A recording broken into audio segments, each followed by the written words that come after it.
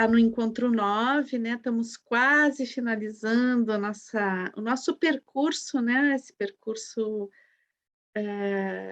que são os 10 capítulos do livro, né, e que a gente tem evoluído aqui desde as como a gente estava conversando antes, né, desde das bactérias, dos seres unicelulares, até chegar no humano. E na complexidade do humano, né, a gente vê aqui a complexidade da própria vida se manifestando nas suas diversas formas, né, e o quanto, o humano é uma manifestação muito complexa, mas ele segue a complexidade da própria vida, não é que a gente seja separado, né, a gente é junto, manifestando algo da vida, né, de uma forma singular que é da nossa espécie, assim como outras espécies também manifestam da sua forma, né. Então a gente vai continuar, né, a conversar sobre a questão da linguística dentro das espécies, a capacidade de comunicação, de interação, né. E a gente já viu no último encontro que a linguística não é uma exclusividade humana, né, mas que no humano adquire uma complexidade muito especial, muito grande, né. E hoje, nesse capítulo, então, a gente vai ver a linguagem como formadora da própria consciência, né, e vamos ver um pouquinho, também a linguagem no mundo animal, né, nas outras espécies, podendo ver, assim, um pouquinho também, de algumas limitações que a gente faz, né, da nossa percepção, como observadores de outras espécies, né, o quanto às vezes a gente usa a nossa referência, nós próprios, para tentar explicar os fenômenos que a gente vê, né, às vezes achando que os animais simplesmente não têm linguagem, ou às vezes dando conotações humanas à linguagem deles, né, então é muito complexo, porque às vezes a gente resume muito como: "Ah, não tem", né, ou faz uma espécie de uma projeção, né, no animal daquilo que do nosso comportamento, faz uma leitura equivocada por aí. Bom, lá desde o início do livro a gente viu que é muito difícil também fazer uma leitura isenta, né, que a gente sempre parte, as leituras que a gente faz sempre passam, né, pela nossa experiência pessoal, pela nossa forma singular de ver as coisas, então que não existe uma neutralidade na observação. Então, por isso que a gente acaba, às vezes, também fazendo essas projeções. E, claro, dentro da questão também de achar que os animais não têm inteligência, não se comunicam e que são meros mecanismos, a gente tem toda uma visão aqui que é mecanicista, antropocêntrica, que é o que a gente busca superar, né, essa visão, porque tem nos conduzido ao longo da civilização e principalmente nos últimos anos a uma crise ecológica profunda, né, por essa não percepção justamente do acoplamento estrutural, que vivemos num mundo que é formado por seres que interagem num nível de acoplamento mesmo, né, então, que, nós afetamos e somos afetados e nos criamos e criamos ao mesmo tempo, afetamos a criação do outro no sentido da existência enquanto criação. Então, que tanto no meio ecológico, como na paisagem, na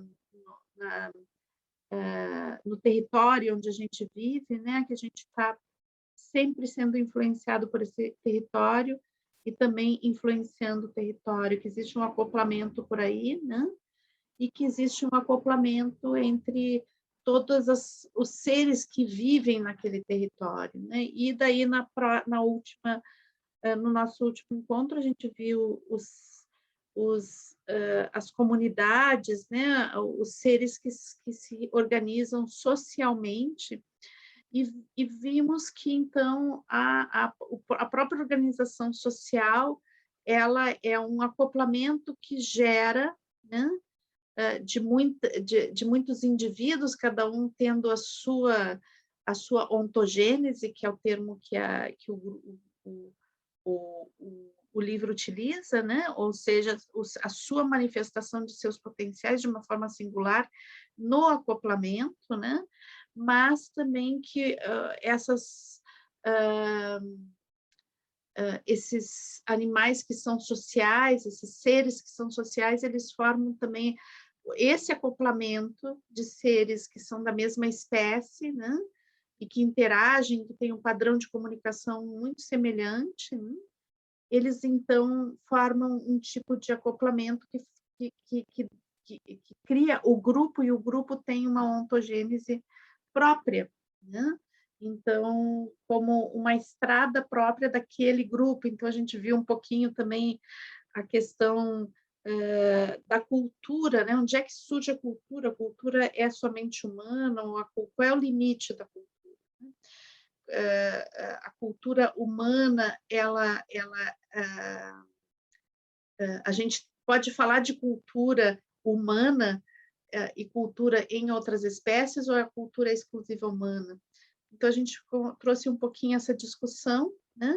Porque a linguagem cria cultura, a comunicação cria cultura. Então, e daí vimos o fenômeno do que a gente pode ver, que existe uma comunicação, e essa comunicação é linguística. Então, existe uma língua, entre aspas, né? Que vai fazer essa comunicação, que pode ter uma abrangência que vai desde lá das abelhas, né, com as trocas químicas, abelhas, formigas, etc., até em animais com um sistema nervoso cada vez mais complexos, onde a gente vai passar por gestos, por expressões faciais, por movimentos, né? E por sons.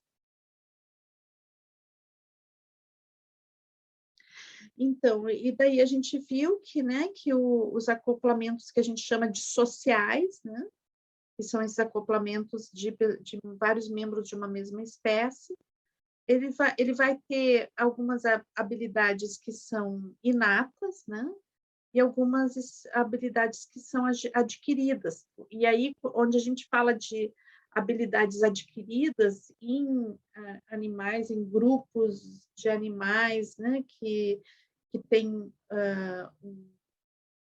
que constroem estilos de vida, por exemplo, formas de caçar. A gente viu a orca, né?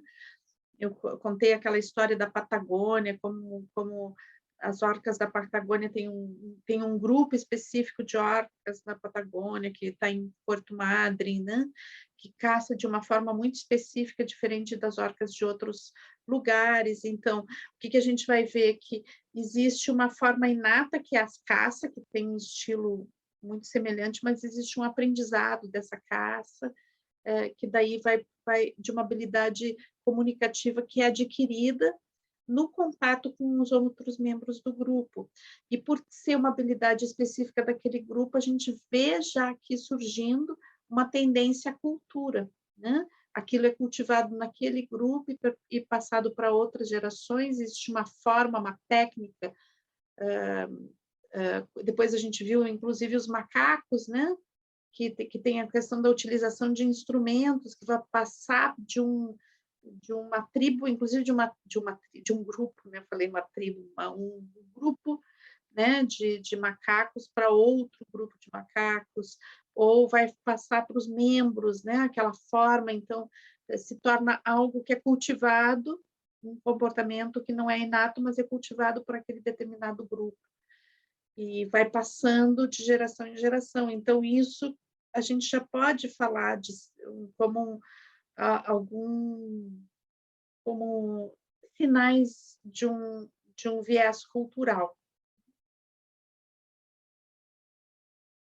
Bom, e daí o que a gente pôde ver também na questão das condutas comunicativas, né? Que existe uma sincronia entre essas condutas, desde os animais mais pequenininhos, né?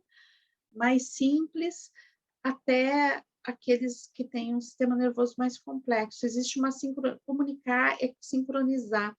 Então, a gente pode ver que o comunicar é uma grande dança também, podendo utilizar a linguagem da biodança, que existe uma sincronia, né, na comunicação, que ele pertence ao universo musical, né? Então, quando a gente vê mesmo uma música, a gente vai ver que existe que aqui daí, então, né, dentro da questão humana, existe uma tendência enorme a essa sincronia, né? E o próprio movimento, a dança, é uma comunicação que se dá, e é evidentemente sincrônica, mas toda a comunicação ela vai ter essa sincronia, né? Que vai de um emissor né, uma pessoa que fala, ou que se comunica, ou que faz um gesto, ou que faz um olhar, e a percepção daquele que recebe esse gesto, esse olhar, essa palavra, né? E isso passa por dentro de si, existe uma resposta, então começa uma grande dança, né? Uma dança que vai se retroalimentando, é uma relação em feedback.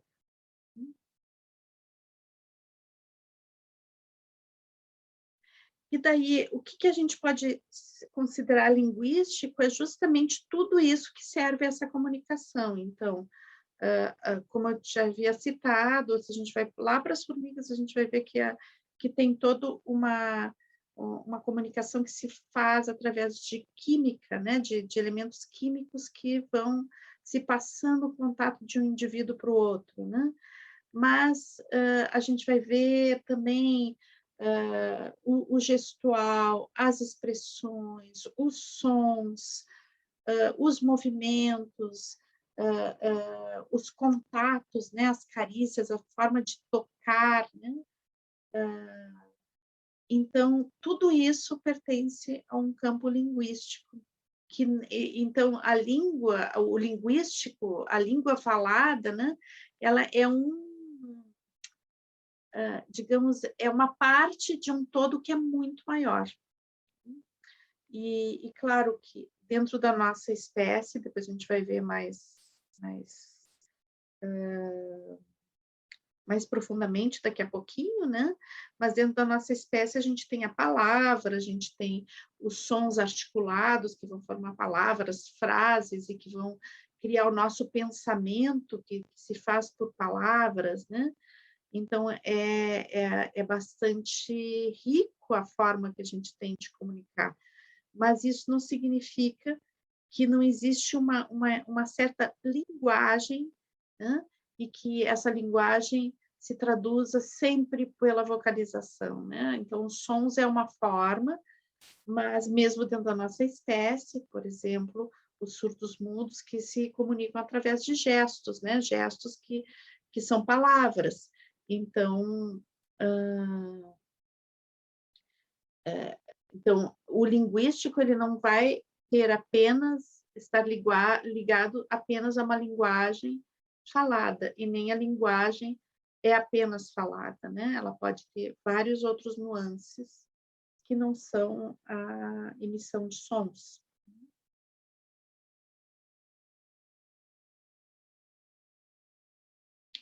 Então, a gente pode dizer que a linguagem, seja ela por som, seja ela gestual, ela é como uma derivação cultural, né, daquela linguística que vem de todas as espécies, né, da comunicação de todas as espécies.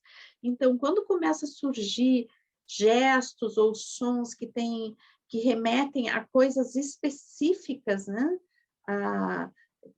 eu poder criar um som que se refere, não sei, a uma árvore. Não é que aquele som seja árvore, mas ele cria uma referência à árvore, ou a rio, ou a comida, ou a mim mesmo, né? Então, quando eu crio sons ou gestos que têm a ver especificamente com algo, o gesto em si não é aquilo, mas ele remete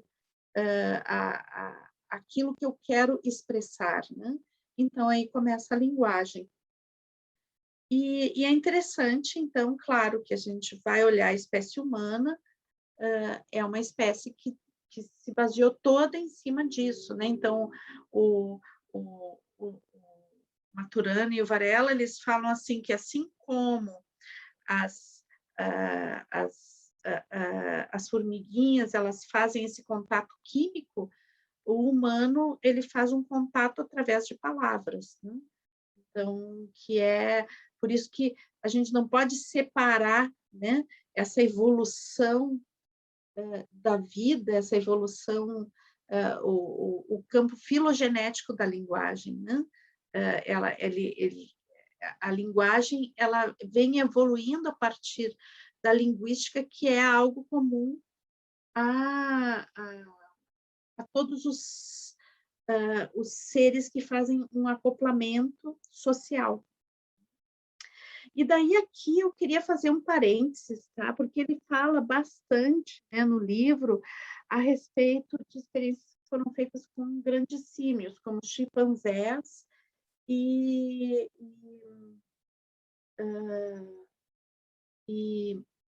gorilas, né? Então, experiências que foram feitas para ver se esses macacos, né, eles tinham a capacidade de se comunicar com linguagem, né?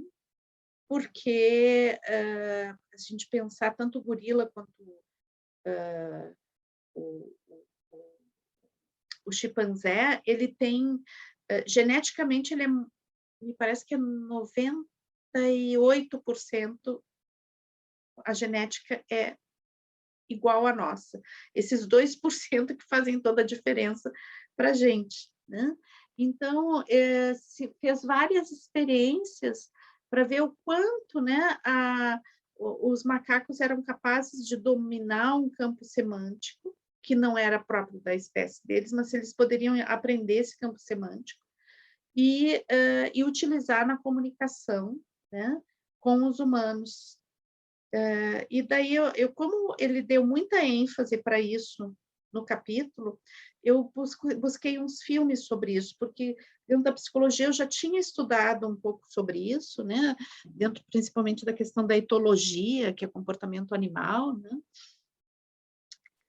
Mas eu não consegui, pessoal, já quero avisar isso antes, eu não consegui eu já tinha visto vídeos de experimentos científicos, assim, dentro do laboratório, fazendo, né, um vídeo mais profi, assim, né? Em português eu não achei nenhum vídeo que fosse, assim, mostrasse os experimentos como experimento científico mesmo, né? Então, são 2 vídeos, assim, é coisa sobre curiosidades animais, tá? Que vai pegar um experimento que foi feito com um gorila, mas vai trazer uma coisa, o vídeo até um pouco infantilizado, assim, é sobre curiosidades animais, mas pega o estudo que é citado aqui, né? Que é ensinar, né, os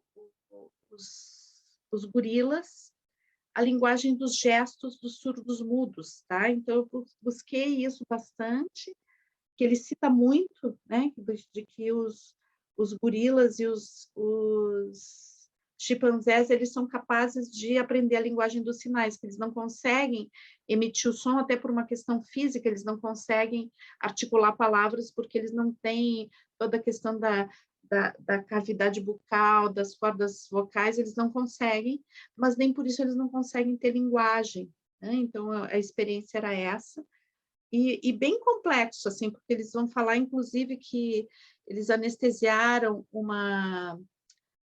eles ensinaram a linguagem de sinais para uma gorila, né, para uma fêmea, e daí, então, e colocaram, e essa fêmea convivia com um espelho, né, ela se via no espelho, e daí eles queriam perceber se o que ela via no espelho ela associava como um outro macaco, né, ou se ela tinha noção de que aquele macaco era ela, que era uma imagem, né?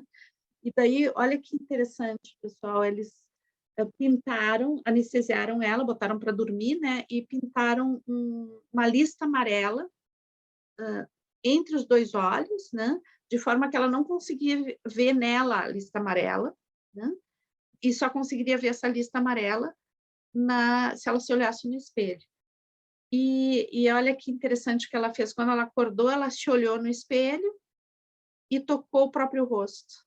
Então, isso para os cientistas foi claro de que ela reconhecia que aquela imagem que ela via no espelho não era outro macaco, mas era ela mesma, senão ela tocaria a imagem e não a ela, né? Ela tocou o próprio rosto, então que isso comprovava que ela ela conseguia reconhecer que aquela imagem era ela, né? Então, e depois outro experimento que se faz com macacos, que isso eu conhecia, é da linguagem dos sinais, que ele dá muita ênfase no livro, eu não conhecia. Eu conhecia, assim, uma espécie de um aparelho, né, onde tu bota várias figuras que representam várias coisas, e daí o macaco vai lá, aperta, e aquilo diz uma palavra, e aos poucos ele consegue construir frases, consegue se comunicar, consegue ter uma linguagem razoável, né, para se comunicar com os humanos. E daí eu consegui, só que esse segundo vídeo foi, também era uma publicidade de uma mulher que escreveu um livro sobre isso, tá? Foi os 2 vídeos que eu consegui, então eu queria explicar isso, porque não são vídeos, assim, super científicos, mas como ele cita, eu achei que era interessante a gente ver, tá? Então, para ter ideia disso, né, dessa coisa do domínio da linguagem, que às vezes a gente acha que, bom, que isso é uma questão exclusivamente humana. Então, a gente vai ver esses 2 vídeos, depois a gente volta já para aprofundar como isso se dá no humano e que daí extrapola, né, a questão dos macacos, tá? Como isso vai, a forma de a gente viver a cultura, etc., é diferente. Deixa eu mostrar aqui para vocês. Só aqui. Então, como sempre, né, pessoal, se entrar comercial, a gente salta assim que for possível. Deixa eu ver aqui. Compartilhar o som.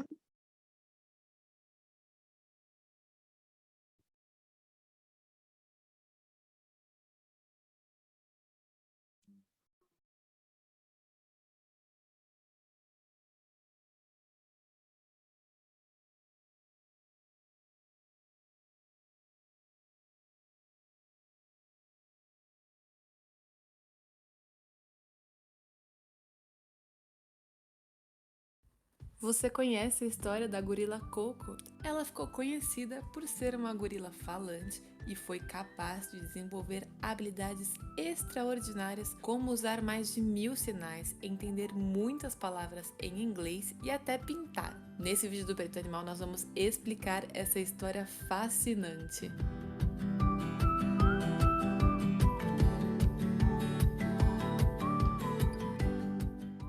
Coco foi uma gorila que nasceu no dia 4 de julho de 1971 em São Francisco, na Califórnia. Naquela época, a pessoa que se tornaria sua melhor amiga era Penny Patterson e estava fazendo seu doutorado em psicologia na Universidade de Stanford. A Penny estava interessada na Coco porque isso ajudaria ela a concluir os seus estudos, mas ela nem imaginava que elas se tornariam super amigas e passariam o resto da vida com ela.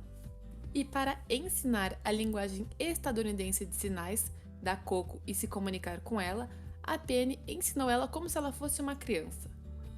A cada dia ela ia ensinando diferentes sinais que ela também associava ao significado deles. Os primeiros sinais aprendidos pela Coco foram gorila, comer e beber, e aos 5 anos ela já dominava 200 sinais perfeitamente. E logo depois disso, o QI da Coco foi calculado e já era de 85, que era apenas 15 pontos menos do que a média dos humanos. Isso é muito impressionante, você não acha? E aí o tempo foi passando e a Penny percebeu que os gorilas já estavam usando um sistema de sinais para se comunicarem. O que a Coco estava fazendo era construir os fundamentos inerentes às espécies. A linguagem de sinais de um gorila é composta por uma dúzia de sinais, mas a Coco conseguiu aprender mais de 1000 palavras quando ela se tornou adulta. Como se isso não fosse incrível o suficiente, a Coco entendia inglês perfeitamente, porque sempre que a Penny mostrava alguma coisa ou apontava, ela também repetia a palavra em inglês. Então, a única coisa que impedia a Coco de falar o nosso idioma, quer dizer, o inglês, eram as cordas vocais, que dos macacos são incapazes de reproduzir os fonemas que nós, humanos, utilizamos. E depois de 5 anos na Fundação Gorila, a Penny contou para Coco que ela receberia um bebê gorila chamado Michael. No começo, a Coco rejeitou bastante, como se fosse uma criança ciumenta quando nasce um irmãozinho ou uma irmãzinha. Mas após muitas brigas, os cuidadores encontraram uma maneira de fazê-los se darem bem. Eles colocaram eles em uma área de recreação e assim eles acabaram brincando juntos. A Coco era super ligada às suas emoções e nunca teve problema em expressar o que sentia. E como ela era super carinhosa, a Penny ofereceu para ela um gatinho que a Coco chamou de All Ball, que em português significa todo bola. Acredita-se que ela deu esse nome porque o gatinho não tinha cauda, só que infelizmente, em uma noite, um caminhão atropelou e tirou a vida dele. A Coco ficou super triste com o coração partido e passou horas chorando e gritando. E foi nesse momento de tristeza que o mundo todo se mobilizou e enviou fotos de gatinhos para a Coco para que ela pudesse escolher um e adotar.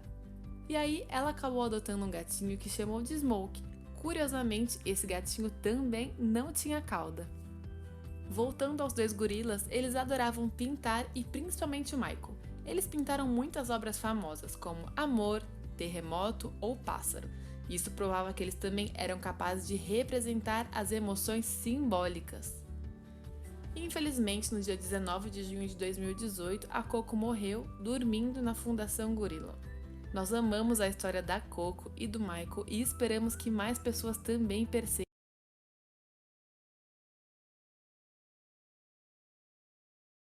Bom, pessoal, essa é uma. Tá? Deixa eu sair aqui. Daí vamos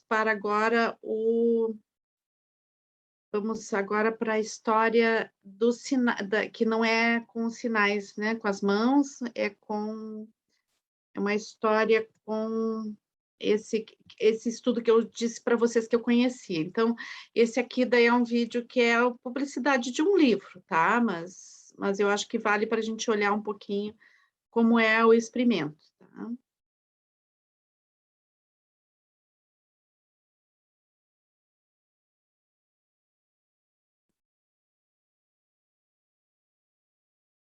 Years ago, it would never have occurred to me that I would ever be able to say that I have great apes as personal friends. And I can now. And that's really, I don't know how else to phrase it. That's just an amazing life change. And I'm aware of them all the time. And I want other people to be aware of them. And it's sort of an otherworldly experience. And yet it's not. They're of the same world. And in fact, of the same, they're apes and we're apes. My first visit to the trust was just magical, and I don't know how else to describe it.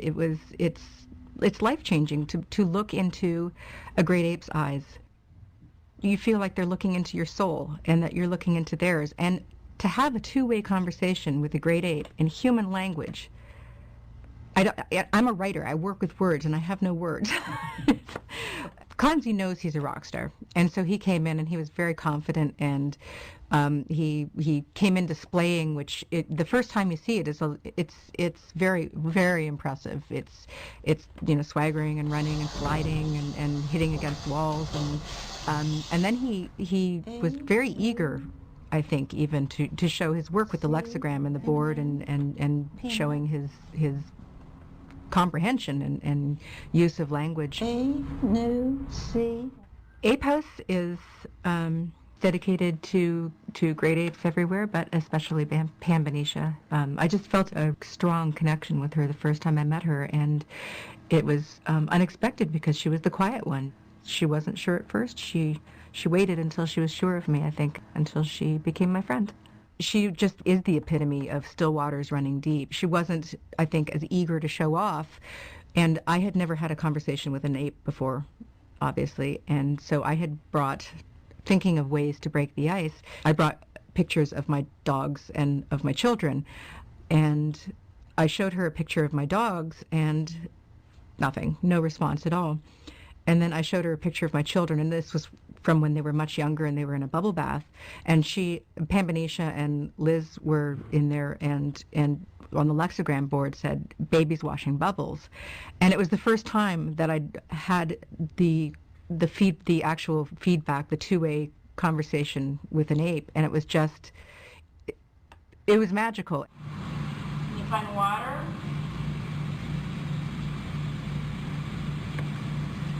Water. Good. How about milk? Milk. Very good. How about lemonade? Lemonade. Lemonade. Good. Because it's unique in the world, everybody wants a visit. Every scientist wants a chance to see if this is really true or if it isn't true. I think as it comes to be understood, and this book is a big start, that it's really true, that a few things will happen. First of all, the world will want to protect it. Secondly, the world will want to try to create other similar situations, not just one. And they may want to see how far down the phylogenetic scale culture goes and how far down the phylogenetic scale linguistic kinds of phenomena go if you start to study them embedded in life rather than through the didactic training method of just holding up cards. So as we do that, we'll start to get a multifaceted picture of what culture is. And I think Great Ape Trust will be seen as kind of the first place that this was ever done, and so it will always be honored throughout history because of that. Ape House is about bonobos. It features bonobos, and it's also about human culture, and it transposes the two of them, and it explores the way in which bonobos relate to bonobos and humans relate to humans, and the different ways in which we do that. And one of the flip sides to that is the kind of schadenfreudic glee that humans take in watching other humans fail in their relationships with others. And I think that's the symptom of that is kind of tabloid journalism and the gossip rags. And so I have a little bit of fun exploring that. Many people just haven't heard about bonobos, and so if I can do anything with this book, I'd like to make people aware of them before it's too late and we lose them. I hope that I don't tell people what to think, but I do hope to make people think.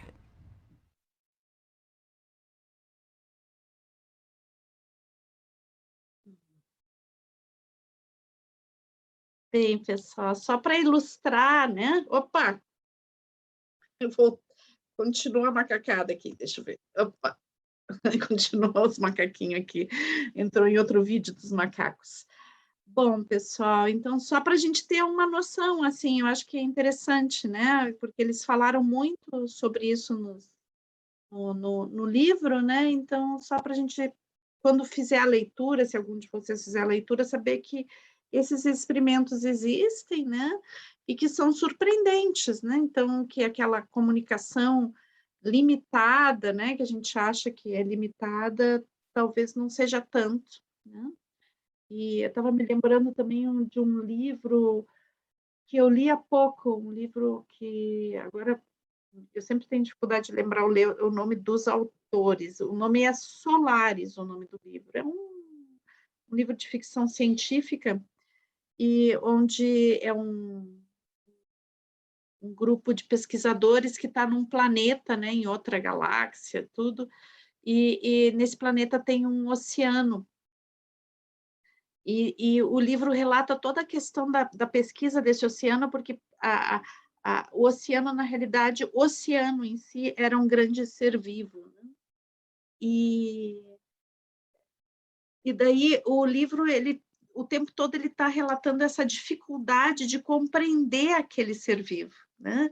O quanto, muitas vezes, nós temos dificuldade em relação até aos seres da nossa espécie, né? Mas um ser de outra espécie, de conseguir perceber a dimensão que esse ser toma, né? Que dimensão esse ser, em que dimensão esse ser vive. Às vezes nós colocamos muitos preconceitos em cima do que a gente estuda, né? E isso nos limita a percepção. Então, recomendo, depois eu quero até fazer um vídeo sobre esse livro, é bem interessante. Também ele tem 3 filmagens, ele está no cinema também, mas eu não consegui achar no streaming onde consegui esse filme. Tem 2 versões que são russas, porque o autor é russo, e uma versão americana. Se alguém depois souber onde conseguir, por favor, me diga, que eu gostaria de ver o filme também. Buenas. Então, pessoal, daí vamos ver como isso se dá, né? Esse domínio linguístico dentro do humano, né? E que a gente pode dizer que é incomparável se a gente pensar na relação que a gente tem com outras espécies, né? Na nossa observação, como eu disse, a nossa observação é limitada, é cheia de projeções, mas daquilo que a gente percebe, que a gente observa em outras espécies, se a gente fizer uma comparação, realmente é incomparável, né? O nosso domínio linguístico. Toda a humanidade se constrói sobre esse domínio. Por quê? Porque a linguagem, para nós, né, ela supera a questão de uma simples comunicação. A gente passa a ser permeável a essa linguagem, porque a linguagem humana, ela extrapola a representação em si de um objeto ou de uma vontade momentânea. Ela começa a ser um ato reflexivo, né? Porque essa linguagem, ela vai entrar dentro da gente, na forma de palavras, na construção de pensamentos, né? Então, e esse acoplamento, né, que existe na relação de convivência com as pessoas, e nesse mútuo afetar um ao outro, ele vai se dar muito, muito, muito pelas palavras, né? É claro que a gente se especializou tanto em observar as palavras, que a gente deixa de ver muitas vezes que essa linguagem, ela não é só palavras, mas ela é gestos, expressões faciais, movimentos, tom de voz, né? Tudo isso está fazendo essa linguagem. Mas a vocalização de palavras, né? Essa construção na forma de vocalização de palavras, ela é muito complexa e nos forma muito. Por quê? Porque ela é uma manifestação de ideias, né? Que transcendem aquilo que é vivido no aqui e agora. Isso a gente já tinha visto da outra vez, né? Mas a gente perceber que aquilo que nos afeta, né? Do meio, vem principalmente através da linguagem, dessa comunicação que se dá pela linguagem, nos torna uma espécie muito singular. Então, é esse campo que se cria na linguagem, que está fora, né? Que extrapola a situação vivida naquele momento, né? Então, através da linguagem, a gente vai para o futuro, para o passado, e o futuro, o tempo, né? O tempo, futuro, passado, a linha de tempo, ela passa a existir, né? Como um fenômeno não somente da ontogênese, né? Mas um fenômeno de toda a espécie, né? Então, um fenômeno que extrapola as barreiras do tempo e vai para a nossa ancestralidade e se projeta no futuro também.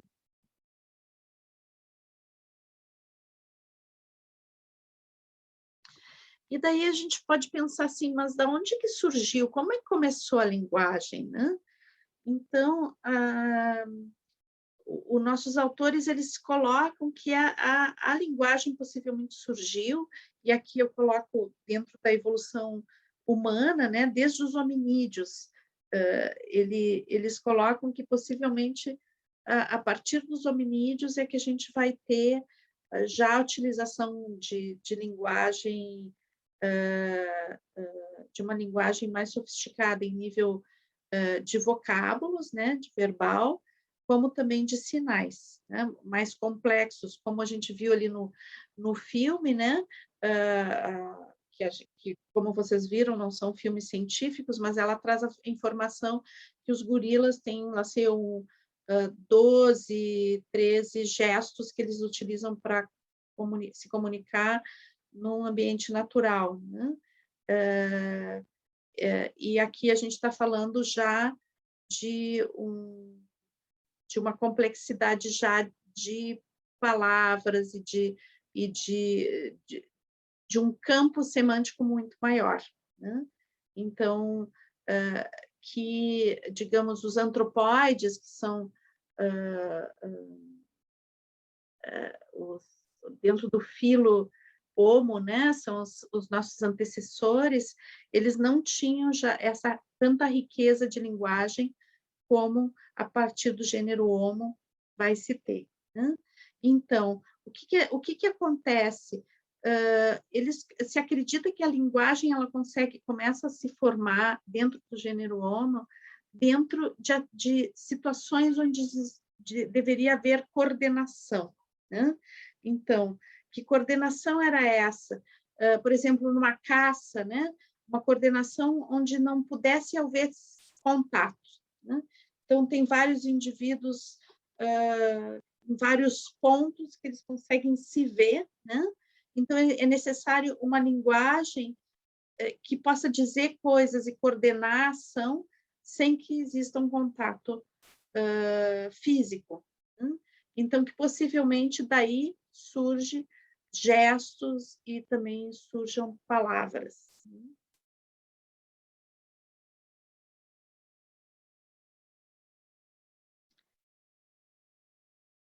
E, bom, essa, como eu tinha colocado, né, essa expressão ela não é só a vocalização. Então, a gente tem uma série de linguagens que são gestuais, né, e a gente consegue perceber muita coisa do estado de ânimo e de como, daquilo que a pessoa realmente está tentando comunicar ou está tentando esconder também, né? Através de tom de voz, de velocidade de vocalização, velocidade de expressão de gestos, expressões faciais, tudo isso é linguagem humana, né? Não só a vocalização.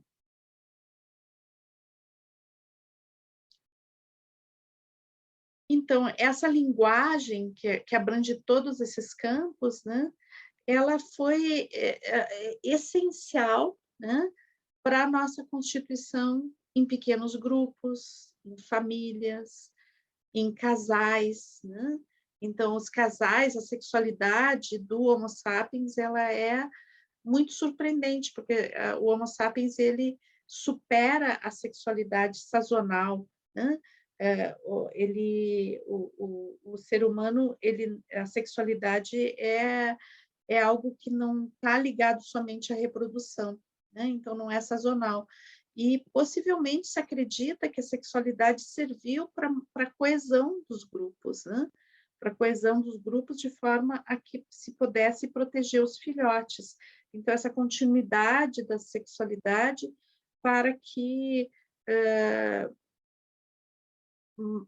homens e mulheres, né, os machos e as fêmeas da nossa espécie, tivessem o interesse de permanecer juntos, né? Não só no período de reprodução. Então, tudo isso é permeado, né, por uma comunicação que se dá em todos esses níveis que eu coloquei, né? Mas que vai se estruturar de uma forma muito significativa na linguagem e em outras formas de expressão também, como a dança, a música, são também fatores muito importantes de integração. A gente sabe que a arte da dança e a arte da música foram as primeiras artes humanas. Então, são as primeiras que surgem. Então, essa linguagem foi essencial porque ela proporcionou, né, uma contínua coordenação entre movimentos, entre tarefas, né, nem todos faziam a mesma coisa, mas tinham que estar coordenados, né, e tudo isso baseado numa cooperação. Então, a linguagem humana ela é essencial para gerar, né, a coordenação e a cooperação entre os vários atores sociais aí, ela é essencial, e a linguagem é que vai dar sustentação a isso, né? Bom, eu até dei para vocês o livro do Harari, né, o Sapiens da outra vez, e que ele faz uma reflexão bem aprofundada sobre isso, né, colocando nesse campo semântico, na estrutura de pensamento, na estrutura de crenças que a gente cria através da linguagem, né, o que nos permite ter uma cooperação, né, a nossa sociedade enquanto campos que se constroem sobre uma cooperação que não é uma cooperação onde eu precise conhecer aquele que coopera comigo, né? Mas que todos nós estabelecemos uma rede de crenças, de pensamentos, toda baseada em comunicação, que nos permite ter estruturas que a própria civilização vai a vida em civilização, né, vai nos conceder, que vai, por exemplo, se vocês pensarem no pão que vocês comeram hoje, né, e que vocês não plantaram o trigo nem fizeram o pão, como é que isso chega à mesa de vocês? Então, existe uma rede complexa, coordenada, de cooperação para que possa chegar esse pão, né? Por mais que seja atravessada por sistemas econômicos, que também são comunicação e crença, né? Mas, por mais que seja muitas vezes violento, e dentro disso a guerra está envolvida também, mas tudo isso passa por um sistema, né, que coordena vários atores, às vezes em distâncias completamente opostas do planeta, né? Muito longe, mas existe uma coordenação que permite, então, essa cooperação. A nossa espécie se constrói sobre isso. Bom, à medida que o nosso pensamento, né, ele se constrói a partir de palavras, então isso leva a essa capacidade também, né, de reflexão. Então, existe um diálogo, né, um diálogo que está dentro da gente, né? Essas palavras, elas se compõem dentro da gente, existe algo que se refere a nós mesmos, então é como que existe uma dança dentro da gente que muda essa comunicação e que faz com que a gente se comunique com a gente mesmo, né? E daí, aqui a gente começa a ver esse fenômeno dentro da manifestação humana, né? Como algo absolutamente novo, né? Dentro da questão filogenética, ao menos a gente acredita que seja assim. Né? Como eu disse, somos observadores limitados. E essa capacidade de reflexão, ela vai criar, né, algo muito interessante, né, que é o surgimento de uma percepção, né, íntima de nós mesmos. Então, quando eu começo, quando essas palavras circulam dentro de mim em termos de um diálogo interno, né, quando existe um diálogo interno, então existe uma percepção de mim como um ser singular, né, um ser que com o qual eu posso conversar, né? Então, existe isso muda a percepção da gente mesmo, né? Então, eu começo a ter um autoconceito, começo a ter uma atitude no mundo que está construída em cima de uma autorreferência, seja ela positiva ou negativa. Então, a gente pode dizer que a linguagem é formadora da nossa identidade. E nos dá uma característica singular de expressão do nosso ser, né? Que vai desde a nossa tonalidade de voz, mas vai na expressão do que a gente sente, na expressão do que a gente pensa.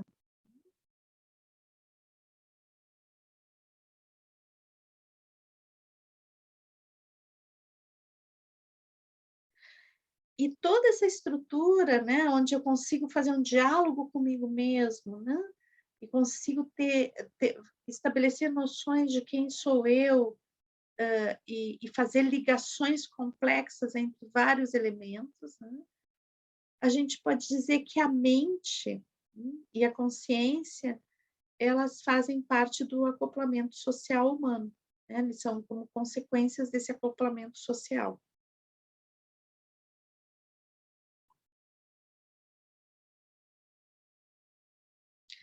E a gente pode dizer, olha que incrível, pessoal, a gente pode dizer que o ser humano faz um acoplamento com a própria linguagem.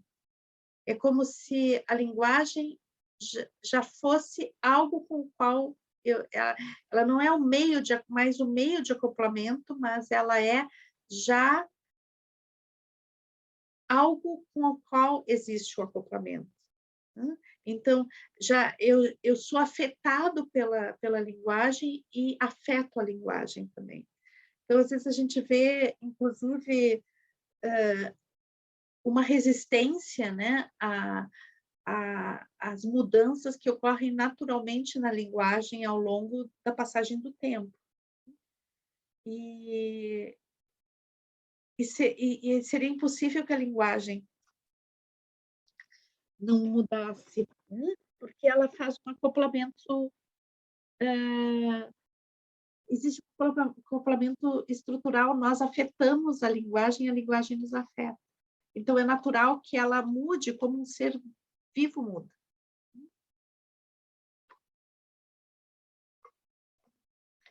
Isso poderia dizer que a própria linguagem é viva, né? Ela tem uma vida.